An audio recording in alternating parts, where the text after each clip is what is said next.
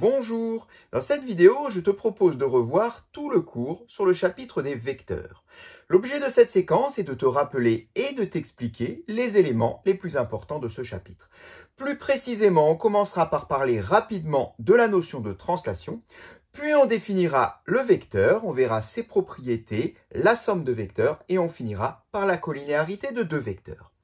Pour préparer un contrôle ou un examen, bien évidemment, ceci ne suffira pas. Il te faudra encore t'entraîner avec de nombreux exercices. Pour le cours, c'est parti. Alors, on va commencer par parler de translation. On verra qu'on en aura besoin pour parler de vecteurs, justement. La translation, bien, c'est une transformation, au même titre que les symétries ou que la rotation, encore. On connaît déjà un certain nombre de transformations. La translation est une transformation particulière qui peut être assimilée à un glissement. C'est pour ça qu'ici, l'image du téléphérique qui se déplace de A vers B correspond à l'idée d'une translation. C'est un glissement sans retournement, on pousse simplement, on pousse dans une direction donnée, celle du câble, qui est marquée en rouge, dans un sens donné. Alors on va dire que le téléphérique monte, donc de A vers B, donc le téléphérique part en T et arrive en T'. Et enfin, sur une longueur donnée, ici c'est la longueur AB, c'est la longueur, donc cette longueur fait 80 mètres. Et dans ce cas-là, on dit que le téléphérique T' est l'image du téléphérique T par la translation qui envoie A en B. Voilà l'idée, le principe d'une translation, et on va tout de suite comprendre que c'est totalement lié à notre vecteur. Alors on l'a bien compris, une translation c'est un glissement dans une direction donnée, un sens également, et sur une longueur donnée. On va donc définir une translation, on va l'appeler T, c'est une translation qui envoie un point A, ici, sur un point A', ici.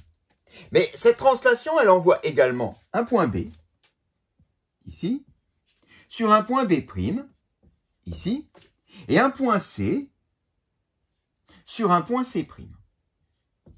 Alors, on va schématiser à chaque fois ces déplacements de A sur A', B sur B', C sur C', je devrais dire de ces glissements, à l'aide de flèches.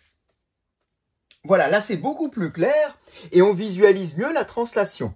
On remarque qu'à chaque fois, le déplacement, le glissement, se fait toujours dans la même direction. On voit que chacune de ces flèches rouges sont parallèles. On remarque également que c'est toujours dans le même sens. Ici, donc là, vers la droite de l'écran, en descendant un petit peu. Et on remarque encore qu'à chaque fois, c'est la même longueur. AA' est égal à BB' est égal à CC'.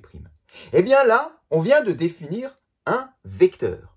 Un vecteur qui est caractérisé par une direction, donc celle-ci, donc la direction donc un petit peu descendante, par un sens, dans le sens de A vers A' ou de B vers B', ça n'a pas d'importance, et enfin une longueur, la longueur AA'. Et bien là, on a ce qui s'appelle un vecteur. Alors un vecteur, c'est un peu particulier en géométrie, parce que c'est le premier objet géométrique qui a plusieurs représentants, qui a plusieurs représentations. On ne dit pas un vecteur, il est là. Alors, c'est vrai qu'on pourrait dire il est là, puisque la flèche rouge est représentée ici. Mais on remarque également qu'il est là, ce vecteur, et qu'il est là. Car oui, un vecteur, ça se représente à l'aide d'une flèche. Et là, j'ai ici un vecteur qui s'appelle le vecteur AA', que l'on note de cette façon-là. On écrit AA', donc les deux points concernés, et on met une flèche au-dessus de ces deux points. Du coup, là, j'ai également un vecteur, le vecteur BB', et là, j'ai le vecteur CC'. Mais j'ai dit tout à l'heure que mon vecteur, je le retrouve à plusieurs endroits. Pourquoi? Parce que je regarde ici, ici ou ici, c'est toujours la même direction, le même sens et la même longueur. Ce qui veut dire que là, j'ai AA', mais je pourrais également écrire que ce vecteur, c'est AA', même s'il est construit à l'aide des points BB'. Et celui-ci, c'est aussi AA'. Et voilà, c'est pas faux d'écrire ça. C'est pas faux d'écrire ça parce que, je le répète, un vecteur n'a pas une position prédéfinie sur le papier, sur le tableau.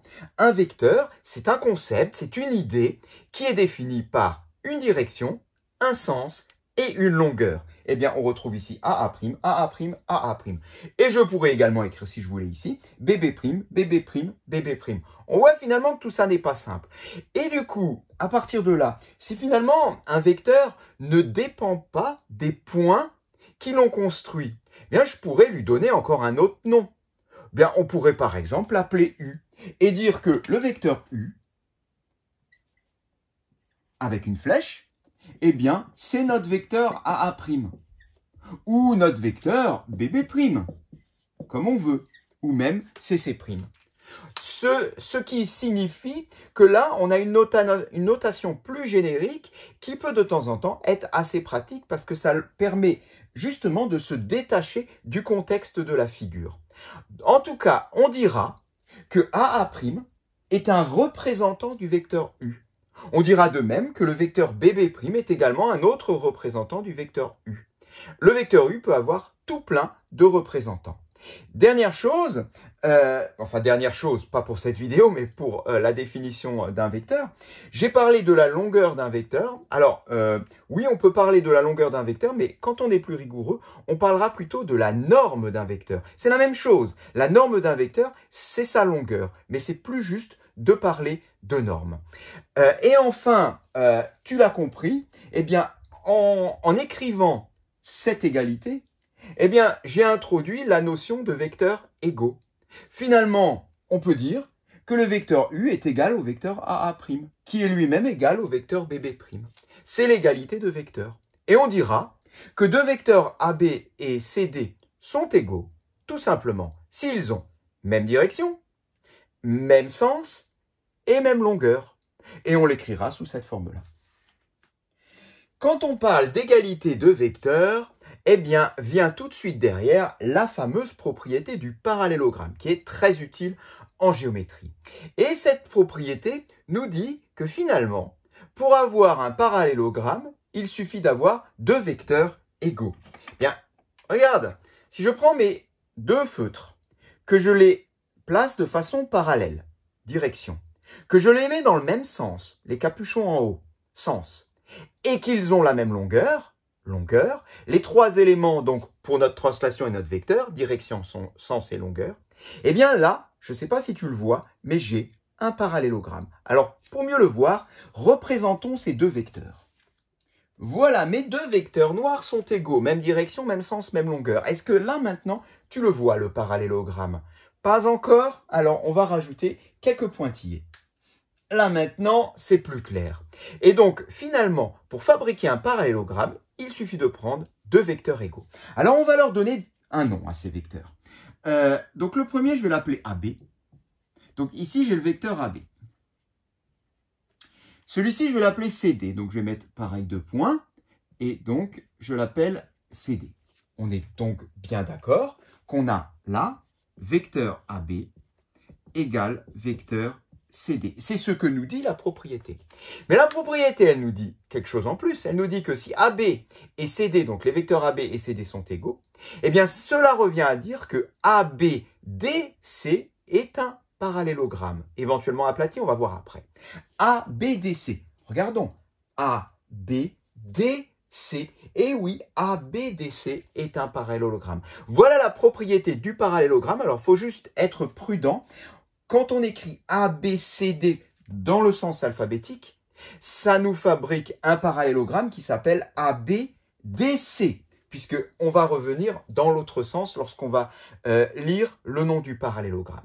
Alors, il est marqué éventuellement aplati, eh bien oui, parce que finalement, ces deux vecteurs, j'ai choisi de les mettre comme ça. Mais que se passe-t-il si je les mets l'un dans le prolongement de l'autre? Eh bien, regardons. Eh bien, voilà ce que ça donne. Vecteur AB égale vecteur CD. Eh bien, ABDC est également un parallélogramme. Seulement, on a pris ces côtés et on les a aplatis l'un sur l'autre. Alors, ça donne une configuration un peu bizarre avec laquelle on n'a pas l'habitude de travailler, mais ceci est un parallélogramme aplati, mais c'est un parallélogramme. Alors, bien évidemment, dans les exercices, c'est pas très utile de nommer cette figure un parallélogramme aplati. On parlera plutôt de l'alignement des points A, B, C et D. Alors, justement, parlons d'alignement. Avec la propriété du milieu, qui nous dit qu'au départ, on a B, milieu de AC. B, milieu de AC. Et si on regarde les vecteurs AB, donc ici devant et BC, derrière, eh bien, il se trouve que le vecteur AB est égal au vecteur BC. Alors pourquoi? Eh bien, tout simplement parce que comme B est le milieu de AC, le vecteur AB et le vecteur BC sont dans le prolongement l'un de l'autre. Donc, il y a ici un alignement, donc ils sont dans la même direction. Hein. On s'est arrangé en plus pour les nommer AB, BC dans le même sens. On voit que les flèches ici vont dans le même sens. 2. Et enfin, comme B, c'est le milieu de AC, la longueur AB est égale à la longueur BC, donc les vecteurs ont même longueur, on dira plutôt que les vecteurs ont même norme. Norme de AB égale norme de BC. Ce qui signifie là que nos deux vecteurs sont égaux. Et en plus, cette propriété marche dans l'autre sens. Elle a une réciproque. Si on te dit, tiens, j'ai un vecteur AB qui est égal à un vecteur BC, conclusion, eh bien B sera le milieu du segment AC. Alors, parlons d'un drôle de vecteur. On pourrait dire qu'il ne sert pas, ce vecteur, et en fait, il sert tout le temps. Surtout lorsqu'on est amené à faire des calculs vectoriels, c'est-à-dire des calculs avec des vecteurs. C'est le vecteur nul. Le vecteur nul, eh bien, c'est un vecteur qui est construit de façon à ce que ces deux extrémités soient confondues. Et on dit que AB est nul, le vecteur AB est nul, lorsque A et B sont confondus. On le note, AB égale vecteur nul, c'est-à-dire un 0 avec une flèche sur le dessus. Et si on veut fabriquer sans réfléchir un vecteur nul, c'est très simple. Il suffit de prendre deux fois la même lettre, par exemple PP. Eh bien PP est un vecteur nul. Pourquoi? Parce que je pars du point P et je vais jusqu'au point P. Ce qui veut dire que, on se retrouve avec les deux extrémités qui sont confondues. Donc, à coup sûr, le vecteur PP est un vecteur nul. On dira que sa norme est égale à 0. Il y a un autre type de vecteur, enfin, c'est plutôt un couple de vecteurs, cette fois-ci, particulier. Alors, c'est aussi du vocabulaire. Ce sont les vecteurs opposés. Alors, ça aussi, il faut connaître. J'ai un vecteur AB au départ. Et je voudrais comprendre qu'est-ce que c'est que le vecteur opposé au vecteur AB. Alors, on nous dit que deux vecteurs sont opposés lorsqu'ils ont la même direction, la même longueur ou la même norme, et qu'ils sont de sens contraire. Donc, si je veux construire un vecteur opposé au vecteur AB, il me suffit de construire un vecteur qui va dans la même direction, qui a la même longueur, mais qui est dans le sens opposé. Eh bien, du coup, il suffit de faire quoi? Il suffit de prendre la flèche et de la tourner dans l'autre sens. Voilà l'opposé du vecteur AB. C'est la même direction, c'est la même longueur, mais c'est le sens opposé. Et du coup, ce vecteur, qu'est-ce qu'il fait? Il va de B vers A. Donc, ce vecteur, on peut le nommer. On peut l'écrire de cette façon-là. C'est le vecteur BA, de B vers A. On dira bien que AB et BA sont des vecteurs opposés. Et on écrira que le vecteur BA est égal à, alors il n'est pas égal au vecteur AB, puisqu'ils ont une direction, ils ont un sens qui est différent. Pour que deux vecteurs soient égaux, il faut qu'ils aient le même sens. Or, justement, ils ont un sens opposé. Et bien, comme ils ont un sens opposé, on dira que le vecteur BA est égal à moins le vecteur AB. Et on a là, en quelque sorte, la première opération sur les vecteurs. C'est un peu comme si je multipliais ici le vecteur AB par moins 1 pour obtenir son opposé. Et ça permet d'enchaîner, justement, avec la somme de vecteurs. Alors, qu'est-ce que c'est que la somme de deux vecteurs? On va l'expliquer de façon géométrique, en faisant une figure, on va le comprendre tout de suite, et on va s'appuyer sur les translations. On va dire qu'on a une première translation, T1, qui est une translation de vecteur U. C'est-à-dire que cette translation, elle pousse tout, figure, point, machin, etc., dans cette direction, ce sens, donc en montant vers la droite, et sur cette longueur. On a une autre translation, une translation T2, de vecteur V. Alors celle-ci, elle fait tout glisser dans ce sens-là. Et on va composer l'une après l'autre ces deux translations. On va partir d'un point M au départ, Et on va commencer par construire l'image de M par la translation T1, donc celle de vecteur U. Voilà, je fais glisser M avec la translation T1 et j'obtiens un point M1. Et ensuite, on va partir de M1 maintenant et on va déterminer l'image de M1, mais cette fois-ci par la translation de vecteur V. Et on obtient ainsi un nouveau point, troisième point, un point M2. Ceci, c'est donc en appliquant la translation de vecteur U suivie de la translation de vecteur V. Mais ça, c'est très bien. Mais finalement, est-ce qu'on ne pourrait pas appliquer une unique translation pour aller directement de M sur M2? Bien oui, on peut. Il suffit d'appliquer une translation qui aurait cette direction, ce sens, donc vers la droite, et cette longueur, la longueur MM2. Représentons le vecteur correspondant. Et on va lui donner un petit nom, on va l'appeler W. Eh bien, appliquer la translation T1 de vecteur U, suivie de la translation T2 de vecteur V, revient en fait à appliquer directement la translation de vecteur W. Eh bien, on vient ici de définir la somme de deux vecteurs. On dira en effet que le vecteur U plus le vecteur V est égal au vecteur W. On appelle somme des vecteurs U et V, qu'on va noter U plus V, le vecteur W qui est associé à la translation composée des deux translations, la première celle de vecteur U et celle de vecteur V. Et on écrit W égale U plus V. Voilà une somme de deux vecteurs. Mais dans la pratique, comment on fait quand on a à faire la somme de deux vecteurs? Eh bien, tu l'as sans doute compris, il suffit juste de mettre bout à bout les vecteurs pour obtenir leur somme. Un exemple rapide. Alors, j'ai représenté rapidement à main levée un rectangle ABCD. Et je voudrais obtenir le vecteur AB plus AC. Je voudrais le voir, je voudrais avoir un représentant du vecteur AB plus AC. Alors, comment on va faire? Eh bien, on va prendre le vecteur AB, puis le vecteur AC, et on va les mettre bout à bout, à la queue leu, l'un à la suite de l'autre. Et ensuite, on n'aura plus qu'à relier les extrémités, le point de départ, l'origine de notre chemin, jusqu'à la dernière extrémité, et on aura le vecteur AB plus AC, on pourra même lui donner un nom. Alors, commençons déjà par partir de AB. Alors, on pourrait partir d'ici, ou alors ailleurs, on se rappelle qu'un vecteur n'a pas de position prédéfinie sur le plan. Donc, je vais prendre mon vecteur AB et je vais le reproduire un peu plus bas. Voilà donc mon vecteur AB. À la suite de ce vecteur AB, on va construire le vecteur AC, un peu comme on l'avait fait juste avant avec les translations.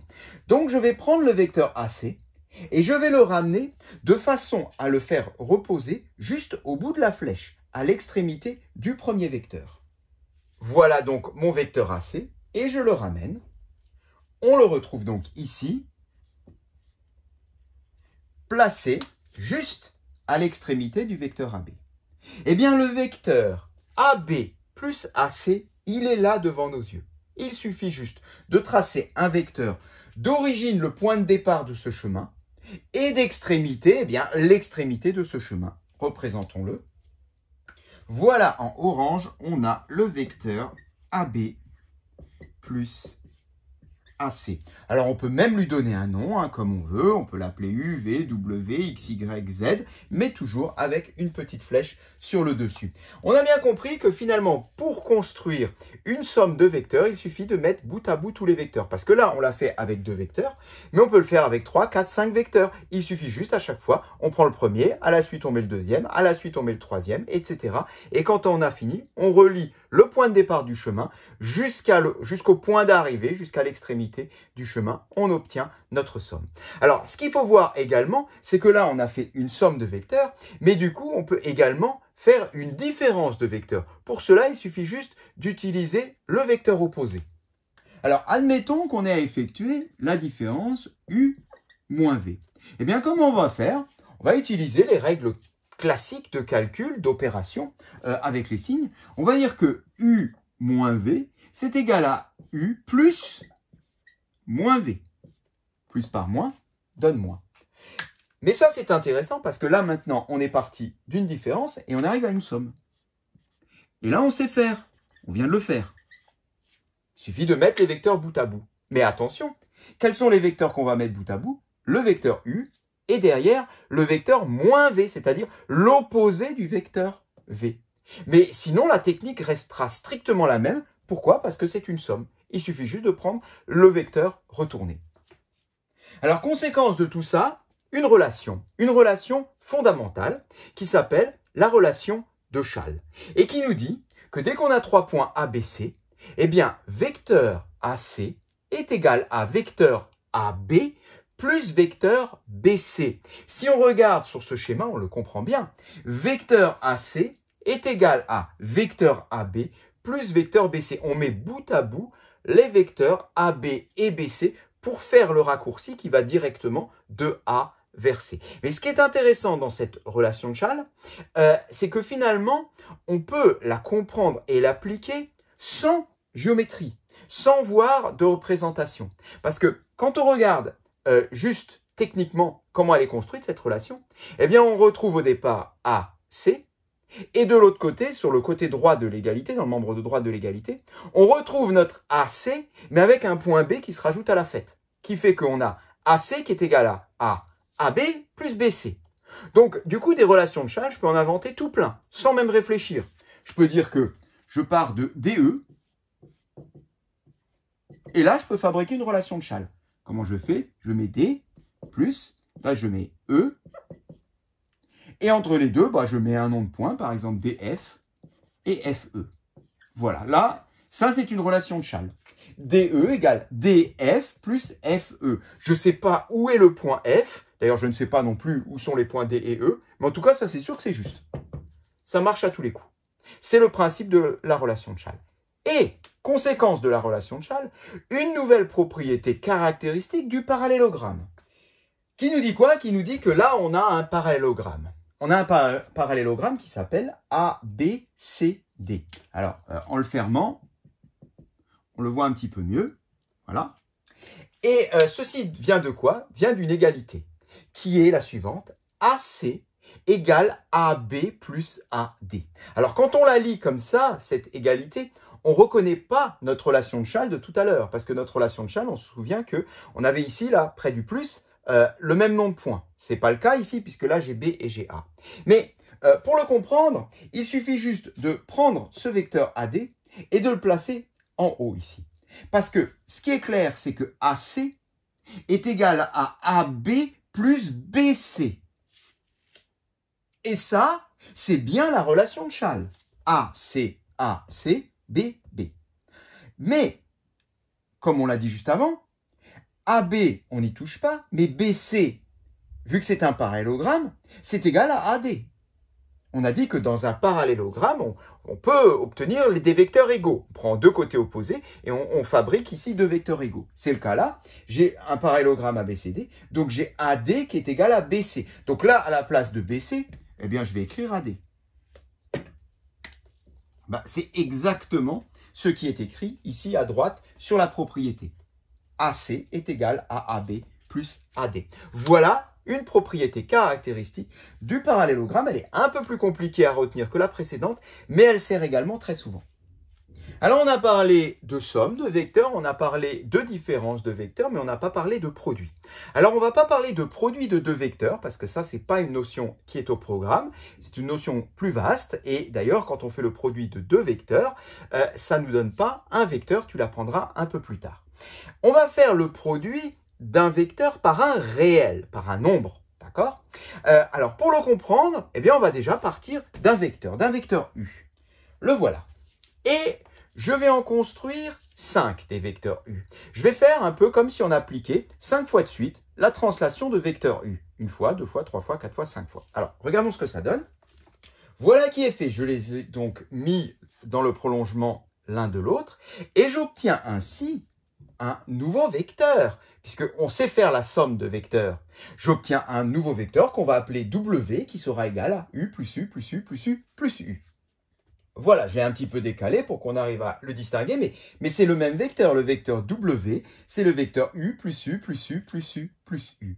Mais U plus U plus U plus U plus U, ça peut s'écrire plus simplement 5 fois U, ou tout simplement 5U. Et là, qu'est-ce qu'on a en réalité? Eh bien, on a le produit d'un vecteur par un réel ou d'un réel par un vecteur. On vient là de fabriquer notre premier produit d'un nombre par un vecteur. Et on remarque quoi? Que les vecteurs 5U et U ont la même direction. Et ils ont également le même sens. Les flèches vont dans le même sens.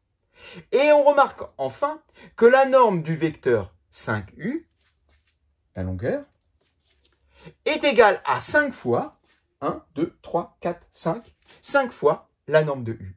Et bien, à partir de là, on peut définir le produit d'un réel par un vecteur. Eh bien, si on prend un vecteur quelconque, U, différent du vecteur nul quand même, et un nombre réel K, non nul également, on appelle produit du vecteur U par le réel K, le vecteur qu'on va noter K fois U, ou KU tout court, qui aura la même direction que U, ça c'est clair, le même sens que U, si K est positif, c'était le cas ici, puisque 5 est un nombre positif, et qui aura le sens contraire si K est négatif. Si j'avais pris un vecteur moins U, je partirais dans l'autre sens, j'aurais moins U, moins U, moins U, moins U, j'aurais donc moins 5 fois U et ma flèche serait orientée dans l'autre sens. Ce qui fait que si K est négatif, eh bien, les deux vecteurs sont de sens contraire. Et donc, la norme est égale à K fois la norme de U. C'est ce qu'on avait dit juste avant. La norme de W est égale à 5 fois la norme de U. Alors là aussi, il faut faire attention. Si K est positif ou si K est négatif, en valeur absolue, enfin sans le signe, on comprend que la longueur de l'un est égale à K fois la longueur de l'autre. Et pour terminer ce cours, parlons de la notion de collinéarité. Alors, pas très bien dit. On parlerait de la notion de parallélisme. Seulement, on ne parle pas de parallélisme pour des vecteurs, mais l'idée reste la même, c'est l'idée de la direction. Et on dit que deux vecteurs, toujours non nuls, U et V, sont collinaires à la condition qu'ils aient la même direction, c'est-à-dire qu'il existe un nombre réel K, tel que U égale KV. Eh bien oui, on a vu juste à l'instant qu'en multipliant un vecteur par un réel, on gardait la même direction. Et bien du coup, ça induit une notion nouvelle, la notion de collinéarité, qui va nous permettre de définir des vecteurs qui sont collinaires, c'est-à-dire des vecteurs qui ont la même direction. Il suffit juste que l'un soit égal à K fois qu'un nombre réel, un autre. Alors, pour comprendre rapidement, un petit exemple, voyons deux vecteurs collinaires. Alors voilà, je suis parti au départ d'un vecteur U, et ensuite, j'ai pris son opposé, donc le vecteur moins U, et j'ai mis bout à bout, deux fois. Donc, une fois, donc je pars dans l'autre sens, puisque c'est moins U, une fois, et puis une deuxième fois. Du coup, j'obtiens ce grand vecteur-là, qui est donc égal à moins 2 fois le vecteur U. On a donc ici multiplié un vecteur par un réel. Eh bien, on remarque que ces deux vecteurs, U et V, j'ai oublié la flèche ici, sur le V, que ces deux vecteurs U et V sont dans la même direction. On aurait envie de dire qu'ils sont parallèles, mais je le répète, ça ne se dit pas. Mais l'idée reste la même. On dira que nos deux vecteurs U et V sont collinaires. Et pourquoi ça? Tout simplement parce que V est égal à K fois le vecteur U. Alors ici, avec K égale à moins 2, c'est bien un réel. Et dès que je prends un vecteur que je multiplie par un réel, j'obtiens un autre vecteur collinaire. Alors là, j'ai montré un exemple avec des entiers, mais ça marche avec n'importe quel nombre réel. Par exemple, si je prends 2,32 fois le vecteur U, j'obtiens de nouveau un vecteur collinaire. Et à partir de là, eh bien, on a deux petites propriétés. Et on va finir par ça, avec déjà une première propriété très simple à comprendre et qui illustre parfaitement ce que je viens d'expliquer à l'instant concernant la différence entre parallélisme et collinéarité. Eh bien là, on comprend bien qu'on parle au départ de deux droites AB et CD qui sont parallèles. Pour des droites, on parle bien de parallélisme. Et ceci revient à dire que les vecteurs AB et CD sont collinaires. C'est-à-dire, sur la droite AB, on va extraire un vecteur AB. Sur la droite CD, on va extraire un vecteur CD. Pour prouver par exemple que les deux droites sont parallèles, eh bien on va prouver que les deux vecteurs sont collinaires, c'est-à-dire que l'un peut s'écrire comme k fois l'autre. Cela revient au même, mais pour des droites, on parle de parallélisme, alors que pour des vecteurs, on parle de collinéarité. Et enfin, dire que trois points A, B et C sont alignés, ça revient à dire que les vecteurs AB et AC sont collinaires. Alors, on peut trouver cette propriété sous différentes formes en jouant avec le placement des lettres, mais ce qui est important, c'est que dans les vecteurs, on ait un point en commun. Alors, on va juste faire un petit dessin pour mieux le comprendre. Qu'est-ce que ça signifie que AB et AC sont collinaires? J'ai donc mes trois points A, B et C. Et à partir de là, donc, j'ai deux vecteurs. Le vecteur AB, représenté par une flèche rouge, et le vecteur AC, représenté par une flèche verte. Voilà. Le vecteur AC, c'est l'ensemble. Alors, je les ai un petit peu décalés pour qu'on arrive à les distinguer, mais normalement, ils devraient se superposer. Enfin, en tout cas, le vecteur AB devrait se superposer sur le vecteur AC. En tous les cas, on comprend bien que vu que AB et AC sont collinaires, cela signifie qu'ils sont donc tous les deux dans la même direction. Mais les représentants AB et AC ici ne peuvent pas être séparés tout simplement parce que AB, AC, ils ont donc A en commun. Ce qui veut dire que forcément, ils sont collés l'un à l'autre. Et à partir de là, on comprend qu'on a l'alignement sur les points A, B et C. Cette propriété est également vraie dans les deux sens. On a la réciproque. ABC sont alignés est équivalent à dire que AB et AC sont collinaires. Cette séquence est terminée.